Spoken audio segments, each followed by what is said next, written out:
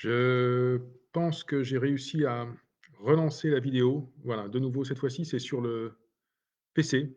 J'espère que ça tiendra. Voilà, mes excuses aux personnes qui, ont tenté de se connecter la première fois. Je vois que les uns et les autres reviennent. Le téléphone qui d'habitude, fonctionne bien, n'a pas fonctionné ce soir et on va changer de méthode. Encore quelques temps, si je me rappelle bien, il n'était pas possible de faire un live directement sur un PC, en tout cas pas avec le mien. Là, manifestement, ça marche avec un câble. Donc normalement, la connexion devrait être plus robuste. On devrait y arriver. Si les uns et les autres, dans les messages que je vois maintenant apparaître sur le côté, peuvent me confirmer que la connexion est pas mauvaise et qu'on arrive à suivre. OK, j'ai retrouvé à peu près la plupart des présents. Je vois François Gruet, Olivier, Carole, Alex. De nouveau, un bon anniversaire à Jonathan s'il est déjà revenu. Voilà. Je vais reprendre à zéro parce que la vidéo qu'on avait commencée ne restera pas en différé, hein, elle a été éliminée. Je l'ai retirée, il n'y avait pas grand-chose dedans à sauver. Quelques éléments donc, pour cette semaine-ci, qui s'achève, on est vendredi soir, simplement un mot, demain, le conservatoire est encore ouvert. Encore ouvert normalement, pour les enfants qui y allaient cette semaine. À partir de la semaine prochaine, de lundi matin, enfin de mardi matin, on change puisque nous sommes, lundi de Pâques, lundi.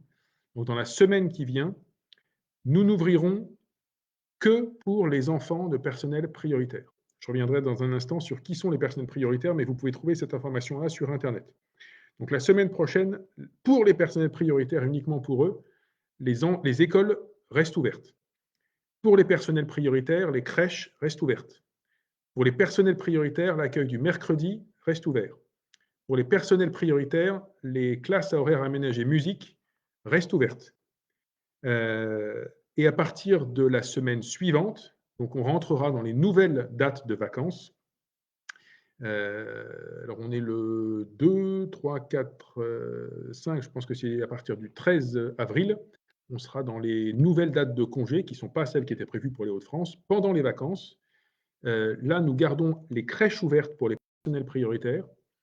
Et en dehors des crèches, les assistantes maternelles, d'ailleurs, ont le droit de continuer à accueillir des enfants. C'est l'information qu'on a eue aujourd'hui, qu'on a attendue longtemps. A priori, les assistantes maternelles peuvent accueillir des enfants et peuvent accueillir tous les enfants qu'elles accueillent d'habitude. Les crèches, en revanche, resteront ouvertes pendant les vacances, mais seulement pour les enfants des personnels prioritaires. Et nous allons organiser pendant les semaines de vacances les accueils de loisirs uniquement pour les enfants des personnels prioritaires. Donc vous aviez inscrit vos enfants dans les accueils de loisirs de la ville de Douai. Malheureusement, nous n'avons pas le droit de les accueillir si vous n'êtes pas personnel prioritaire. On va reconfigurer complètement nos accueils de loisirs. Alors, qui sont les personnels prioritaires? Je ne vais pas être exhaustif, mais grosso modo, ce sont tous les personnels de santé, ce sont tous les personnels qui travaillent dans les filières de dépistage et de vaccination, ce sont tous les agents de l'État chargés de la gestion de la crise sanitaire, ce sont les agents des services sociaux et médico-sociaux, notamment du département, mais pas seulement, des EHPAD, etc. J'avais une question qui était venue d'ailleurs sur les assistantes de vie à domicile. Elles font partie aussi des personnels prioritaires, si je ne m'abuse. Les enseignants, la protection maternelle infantile, les assistantes maternelles sont personnels prioritaires, les gardes à domicile, les personnes qui assurent le service minimal d'accueil et tous les membres des forces de protection, sauf a priori, alors ça c'est un trou dans la raquette que je trouve regrettable, il semblerait que les policiers municipaux ne soient pas personnels prioritaires, ce qui est un petit peu dommage et j'espère que ce sera corrigé. Après les vacances, donc les vacances durent jusqu'au 26. Le 26, en fait, reprise des cours uniquement en primaire. Les collégiens et les lycéens reprendront une semaine plus tard. Donc à partir du 26, nous accueillons de nouveau les élèves du primaire, c'est-à-dire maternelle et élémentaire. Et donc, parallélisme des formes, nous accueillerons aussi vos enfants en cours de classe à horaires aménagés musique au conservatoire et en cours du soir de musique au conservatoire, si ce sont des enfants d'école primaire. Pour les collégiens et les lycéens, on les accueillera une semaine plus tard au conservatoire, même chose que dans les collèges et les lycées. Une question qui m'est venue aussi sur les prochaines semaines. Je vous rappelle, je vous confirme que les marchés sont maintenus dans la même configuration que les semaines précédentes. Donc pas seulement de l'alimentaire. Les marchés sont maintenus en totalité et nous maintenons l'opération Place au marché sur les marchés, je crois, Carnot et Saint-Amé, avec 8 restaurants qui seront prévus à Saint-Amé demain samedi. Quelques informations encore, les coiffeurs continuent à rouvrir, les bibliothèques continuent à vous accueillir pour vous donner des livres à emporter.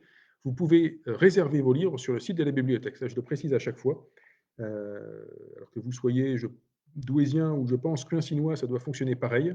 Vous pouvez réserver vos livres, mais vous ne pouvez plus rentrer dans les bibliothèques. Ça n'a pas beaucoup changé. Les mariages sont maintenus, mais pas plus de 20 personnes. On a baissé la jauge. Et 20 personnes, c'est 20 personnes en tout et pour tout. C'est-à-dire que moi, je ne veux pas avoir de mariage comme j'en ai eu ces dernières semaines avec 50 personnes qui rentrent dans la salle, mais 100 personnes dans la cour de l'hôtel de ville. Ça, ce n'est pas possible. C'est 20 personnes en tout et pour tout maximum, mariés compris, témoins compris, qui se déplacent à l'hôtel de ville. On ne verra personne d'autre. Les cimetières restent ouverts et jusqu'à 19h, donc on ferme vraiment les cimetières à l'extrême limite du démarrage du confinement, du couvre-feu, pardonnez-moi. Les parcs restent ouverts, mais évidemment, toutes les activités payantes du parc Jacques Vernier ne sont pas ouvertes et on verra quand est-ce qu'on pourra les rouvrir. Les lieux de culte restent ouverts. Je sais que les messes de Pâques auront lieu ce week-end. Il me semble qu'il y en a une à Sainte-Thérèse et une à Saint-Pierre, si je ne dis pas de bêtises, ce dimanche, à moins que ce soit à Notre-Dame, parce que je sais qu'on va... il y aura d'ailleurs une bénédiction par la paroisse du coq qui sera remis sur l'église pendant les travaux de toiture. Les déchetteries restent ouvertes avec attestation. La piscine n'est ouverte que pour les sportifs professionnels et les personnes qui font du sport sur ordonnance. Ça, c'est une question que j'avais eue la dernière fois, donc je vous le confirme, sport sur ordonnance, vous êtes toujours accueillis. C'est important, c'est considéré comme un soin, donc vous êtes accueillis.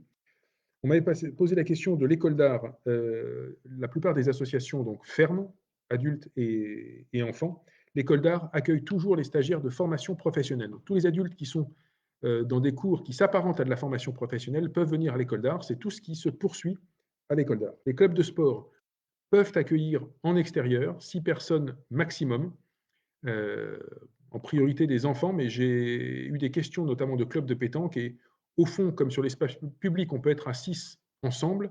Je crois qu'il n'y a pas de contre-indication à ce que des adultes se réunissent à 6 maximum dès lors qu'il n'y a pas de sport de contact, qu'on reste à distance les uns des autres et que chacun a son propre matériel. Quelques informations enfin sur les grands événements. Donc j'avais déjà annoncé, je crois, que les boucles de Gaillance sont annulées pour cette année. Il y aura une formule à distance avec inscription en ligne et chacun faisant sa course au moment de son choix. Le site internet de la ville vous en donnera plus de détails. La journée verte est annulée aussi et même chose, c'est remplacé par une formule avec un certain nombre d'activités en ligne. C'est moins bien, mais c'est une bonne solution de remplacement en ce moment. Donc là aussi, le site internet de la ville vous donnera plus de détails là-dessus. Et malheureusement, le FIGRA, le Festival international du grand reportage d'actualité, va être reporté à l'automne.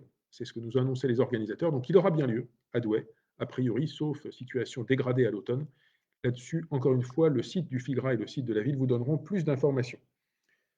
Le site de la ville a d'ailleurs un article très complet qui a été mis en ligne il y a 1 heure, en tout cas aujourd'hui même, qui reprend tous ces détails. Donc n'hésitez pas à aller sur le site de la ville, on fait vraiment de gros efforts pour vous informer dans le détail de toutes les informations pratiques dont vous pourriez avoir besoin.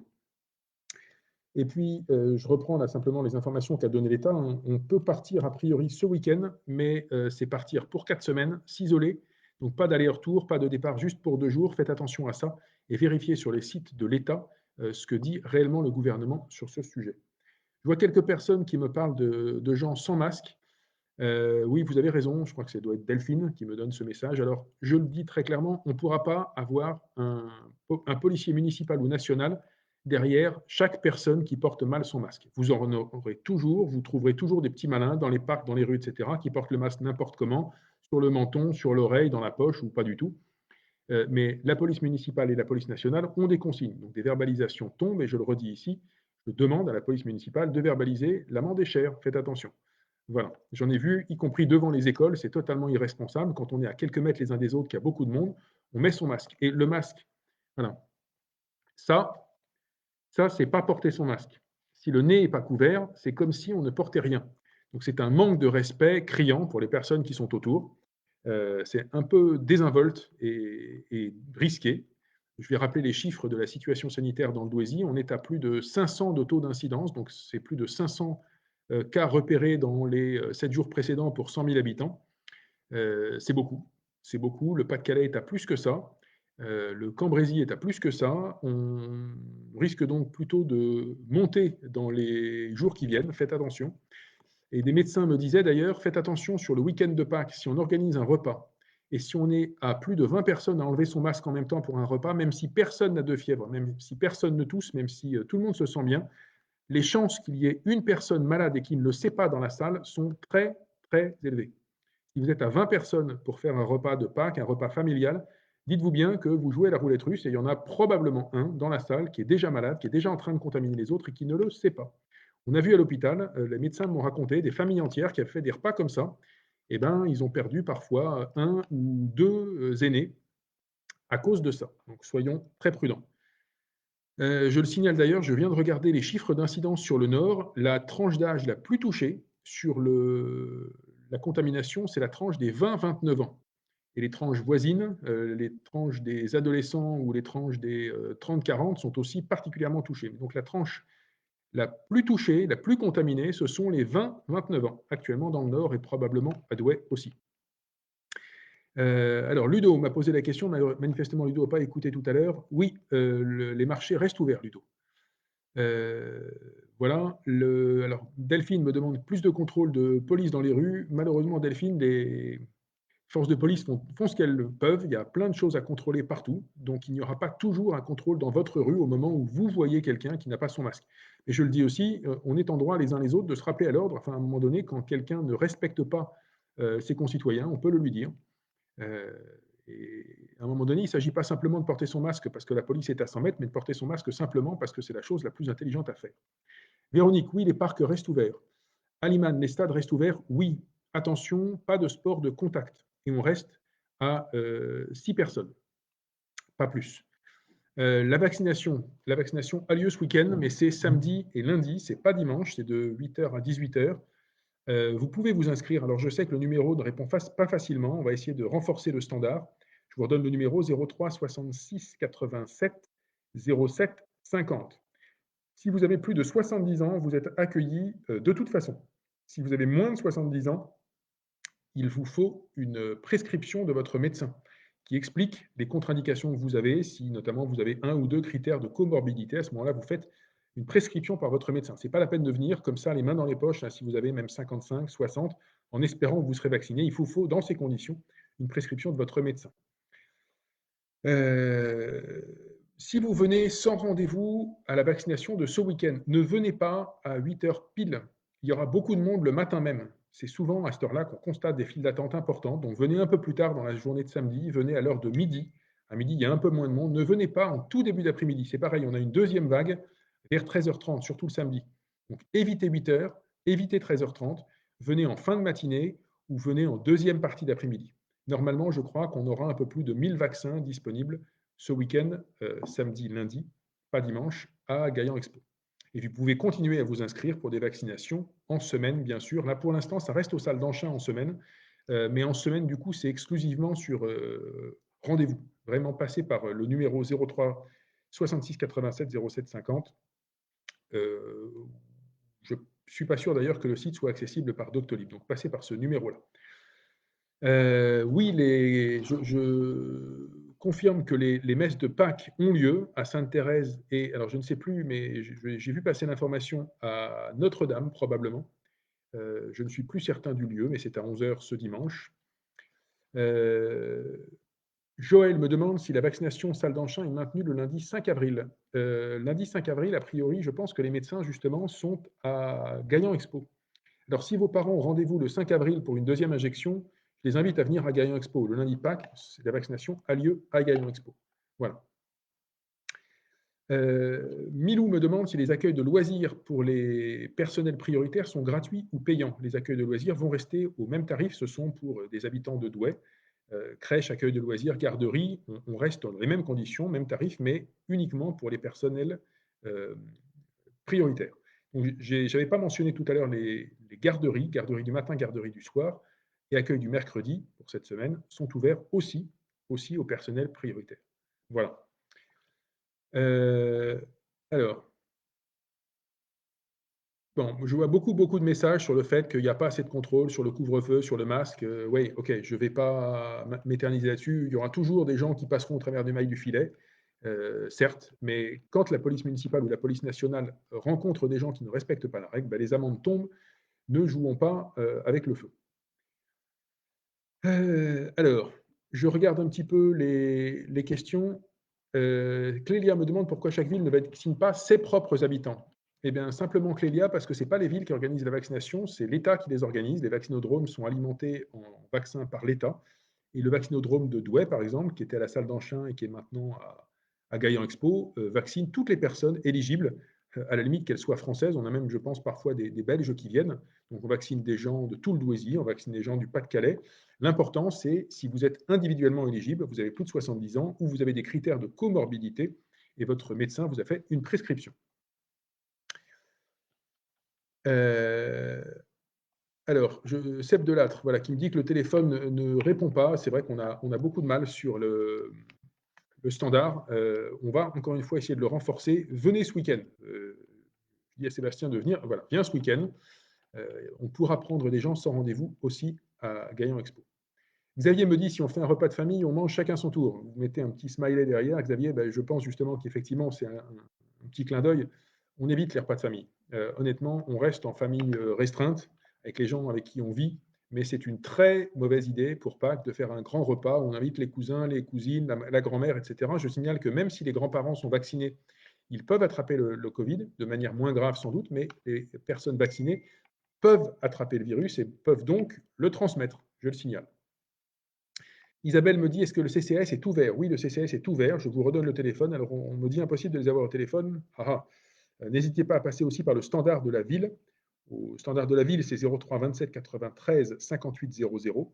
Et sinon, le CCAS, c'est 03 27 94 32 00. Mais tout ça est dans les informations que nous avons publiées sur le site de la ville.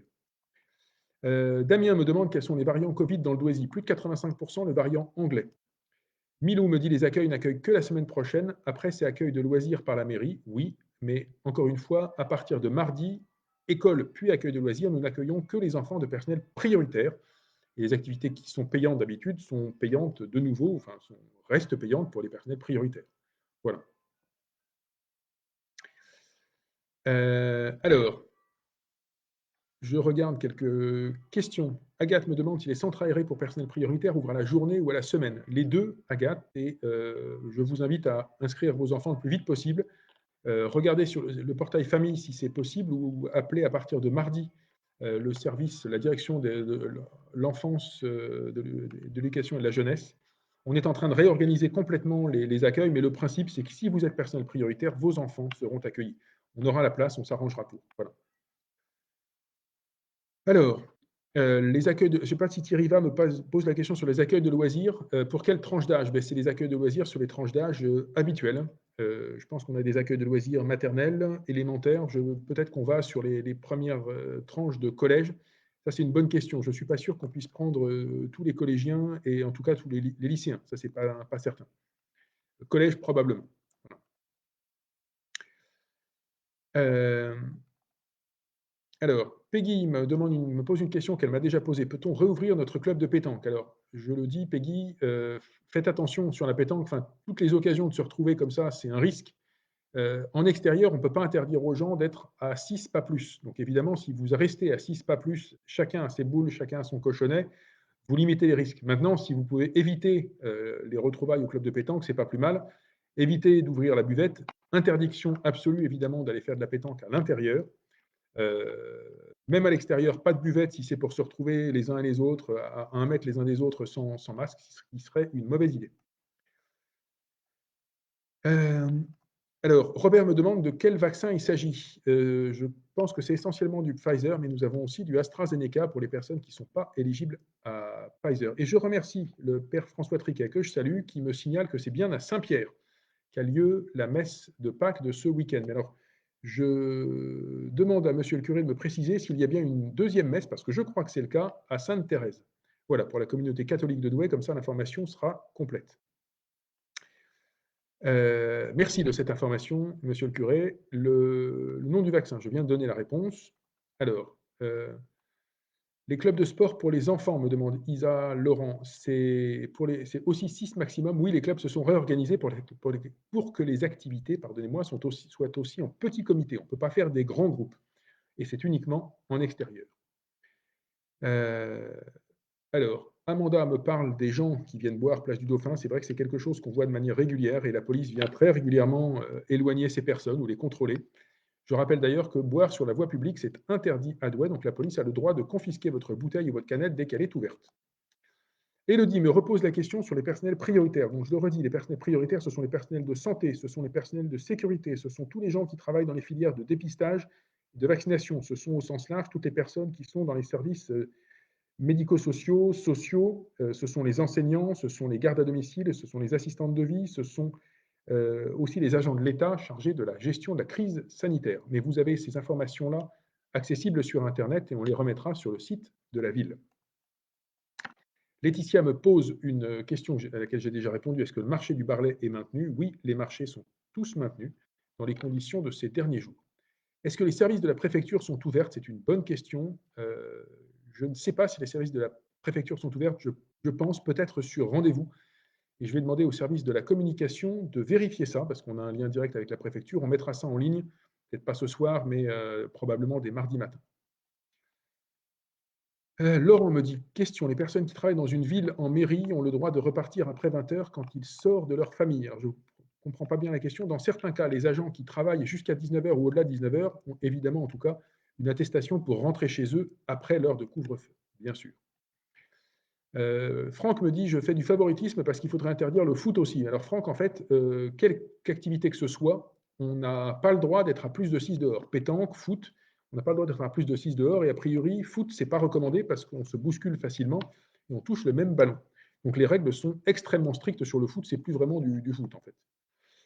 Le père Triquet me précise l'information, Sainte-Thérèse et Saint-Pierre à 11 heures, c'est bien ça pour les messes catholiques de ce week-end, à Notre-Dame à 6h30, et le coq de Notre-Dame sera donc bien à Saint-Pierre. Donc il fera une petite balade de Saint-Pierre jusqu'à Notre-Dame pour retrouver son clocher. Voilà, merci monsieur le curé de ces informations. Messe à Notre-Dame à 6h30, messe à Sainte-Thérèse et à Saint-Pierre à 11h, et à Saint-Pierre, il y aura la bénédiction du coq de l'église Notre-Dame. Parfait. Cette fois-ci, l'information est complète. Julien Bouvard me demande s'il y aura un service de prêt de tablettes pour le distanciel chez certaines familles. Oui, je pense qu'on peut le faire. On l'avait fait avec les 200 tablettes que la ville possède et qu'on utilise dans les écoles. Donc c'est quelque chose qu'on va essayer de remettre en place. Alors dès cette semaine, on va voir si on y arrive tout de suite. En tout cas, je sais qu'il y aura une semaine de distanciel au retour des vacances. On va regarder ce qu'on peut faire. Merci Julien pour cette remarque. Thérèse me demande à vider et fermer les boîtes à livres. Oui, on les vide régulièrement, mais il y a des gens qui remettent des livres. Effectivement, on essaiera de mettre un morceau de scotch. Alors, pas le scotch marron qui arrache un peu la peinture, mais on va voir ce qu'on peut faire pour les fermer.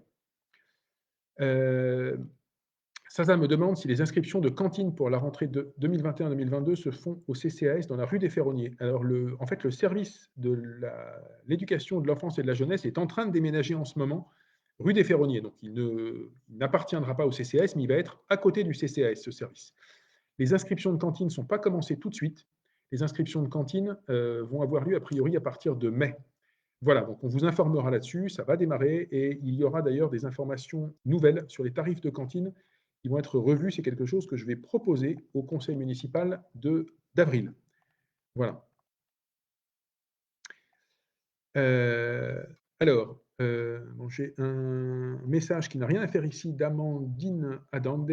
Si vous pouvez éviter ce genre de message de promotion de services un petit peu fumeux, de voyance et autres, merci, parce que ça n'a rien à faire dans un live municipal. Je vais peut-être demander d'ailleurs ne veut pas de ce genre de message dans ce live. Je vous remercie. Allez, les dernières questions. Virginie me demande si on fait des prêts de tablettes pour le lycée d'excellence Edgar Morin. Alors là, pour les lycées, non, pas forcément. On va faire des prêts de tablettes pour les enfants qui sont plutôt en élémentaire. Pas forcément besoin en maternelle, mais plutôt pour les enfants en élémentaire. Je vois un deuxième message oui, pour de la voyance, là encore. Merci au service communication de faire le nécessaire ici. On va essayer de raconter des choses sérieuses et pas de raconter ou de vendre n'importe quoi. Élodie demande s'il faut une dérogation pour aider une personne malade ou handicapée. Alors, je pense que la dérogation doit être nécessaire. Aux horaires de journée, je pense, je vérifie là, je ne suis plus sûr de moi, je pense que l'attestation n'est pas nécessaire en journée, Mais si elle est nécessaire de toute façon, oui, l'aide à une personne malade ou handicapée est un motif de sortie, y compris après le couvre-feu, si c'est absolument indispensable. Là-dessus, je vais demander au service de la communication de préciser en ligne les faits, parce que je vous parle et je ne peux pas aller vérifier sur les sites officiels ce qui est dit. On mettra cette information sur le site de la ville. On approche de la demi-heure, ça fait 25 minutes que nous sommes ensemble. J'en profite pour répondre à Monique en vous souhaitant à toutes et à tous effectivement de bonnes fêtes de Pâques, en tout cas pour ceux qui vont les fêter. Euh, je grignoterai pour ma part, oui, pour répondre à François, quelques chocolats de Pâques. J'espère que ce sera le cas de beaucoup d'entre vous parce qu'on a besoin de chocolat par les temps qui courent. Et tant qu'à faire, achetez-les chez des commerçants et des artisans douaisiens. Faites-les tourner. Je le redis d'ailleurs, hein, la plateforme Acheter à Douai est là. Si vous voulez acheter des chocolats ou autre chose, allez chez nos commerçants. Allez voir nos restaurateurs sur les places de marché. Il est toujours possible d'acheter à distance et dans la plupart de nos commerces, de venir simplement retirer un achat. Saza Moreau me demande si les IME sont ouverts. Et ça, je ne sais pas, Saza. On va regarder sur cette question-là. Est-ce que les IME sont ouverts? Bonne question. On avait la question tout à l'heure sur la préfecture. Est-ce que la préfecture est ouverte? Bonne question. Quelqu'un me posait la question des crèches privées. J'ai vu cette question tout au début. Les crèches privées, ça dépend des organisateurs, ça dépend des gestionnaires. Il y a des crèches privées qui vont fermer, d'autres qui vont rouvrir. Ça, je ne maîtrise pas vraiment. En revanche, si des habitants de Douai qui sont publics prioritaires ne trouvent plus de place dans leur crèche privée et veulent nous appeler à l'aide, si vous êtes public prioritaire et si vous êtes douaisien, oui, venez nous voir, on prendra vos enfants le temps de la fermeture dans les crèches publiques. Voilà, si vous êtes personne prioritaire et si vous êtes douaisien, bien sûr. Je pense qu'on va s'acheminer vers les toutes dernières questions. Voilà. Alors, sur les attestations, j'ai un petit trou et je vais demander au service de la communication de préciser ça tout de suite dans le live ou sur le site internet. On redonnera les règles d'utilisation des attestations. Alors, Renaud me pose une question sur laquelle je ne vais pas répondre. Qui va être champion de Ligue 1, Paris, Lille, Lyon ou Monaco? Ah, allez, même si mon cœur bat pour Lens, j'ai un petit faible entre les 4 pour Lille. Voilà, et j'espère que ce seront les Lillois, les Dogs, qui gagneront. Mais ça, je ne peux pas vous le dire. Je ne suis pas Madame Irma. Voilà. Laurent Cato me dit, je suis handicapé et il faut juste, après 19h, il faut prévenir la sécurité sociale. Si on se déplace chez une personne handicapée, il y a un numéro de téléphone qui donne toutes les explications pour ça. On va regarder. Merci, merci Laurent. On pourra peut-être préciser nos informations sur le site grâce à vous. Voilà, l'IME Fougerousse me signale que ce sera ouvert les 4 jours après les vacances de printemps. Alors, je ne sais pas très bien ce que ça veut dire, donc ça veut sans doute dire, Sherazade, que ce n'est pas ouvert dans la semaine qui vient, et ce sera ouvert au retour. Voilà, en tout cas, si ces établissements nous passent l'info, on pourra la relayer sur le site de la ville. Alors, voilà, le site de la ville nous donne l'information en direct, la communication. Merci beaucoup à, je pense que ça doit être Maureen et Sandra qui sont en ligne. Entre 6h et 19h, on peut se déplacer sans limite de temps avec uniquement un justificatif de domicile pour expliquer où on habite, pour montrer qu'on est bien à moins de 10 km de chez soi, pour une activité physique ou promener son animal, pour des achats de première nécessité. Pour se rendre à un rendez-vous médical avec une convocation, on peut se déplacer dans son département et pour des déplacements interrégionaux avec une attestation, là pour le coup, et la justification du motif de déplacement. Donc en gros, quand on est en journée entre 6h et 19h, l'attestation, c'est uniquement si on sort des 10 km et si on sort du département. Entre 19h et 6h, l'attestation est obligatoire, mais je pense que l'aide aux personnes handicapées est une justification. Plusieurs personnes m'ont posé la question du stationnement. C'est quelque chose qu'on va regarder avec le service de la voirie. Si effectivement on s'aperçoit que la fréquentation baisse fortement en centre-ville, on pourra remettre éventuellement le stationnement gratuit. On va voir, ce n'est pas une décision qui est prise à ce stade, et c'est en fonction de la fréquentation en centre-ville. Le stationnement, je le rappelle, permet que les voitures tournent et qu'il n'y ait pas de voitures ventouses. Le stationnement est un outil qui libère des places en centre-ville. Donc si on voit que ça n'est plus la peine et que qu'il y a beaucoup de places libres, pourquoi pas? Je en discuterai avec le directeur de la voirie mardi matin. Voilà, je pense qu'on ne va pas tarder à s'arrêter. Ça fait presque une demi-heure qu'on est sur ce deuxième live, après le premier qui a un peu planté. Bonne fête de Pâques à tous, à ceux qui sont touchés par la Covid. Tous nos souhaits de rétablissement. Portez-vous bien. J'espère que ça va aller. Pour ceux qui vont fêter Pâques, vraiment, soyons raisonnables. Les fêtes de famille en nombre, c'est absolument pas raisonnable. C'est prendre un très gros risque pour soi, pour ses proches, pour les gens qu'on aime et pour les gens qu'on verra les jours suivants. Donc la meilleure manière de donner des signes d'affection aux siens pour Pâques, c'est de les appeler, de faire des visioconférences, mais d'éviter les repas de famille qui sont dangereux ces temps-ci. Voilà. Je pense qu'on peut s'arrêter là. Rendez-vous sur la page de la ville de Douai où toutes ces informations se retrouvent. Voilà, Émilie me signale, l'IME reste ouvert, mais peut-être pour les personnels prioritaires. Donc, on va se renseigner auprès des IME, c'est quelque chose on va vérifier. Courage, courage, on sortira de tout ça, la vaccination se poursuit, et je termine peut-être sur un grand merci à nos soignants, infirmiers, infirmières, médecins, qui assurent la vaccination jour après jour.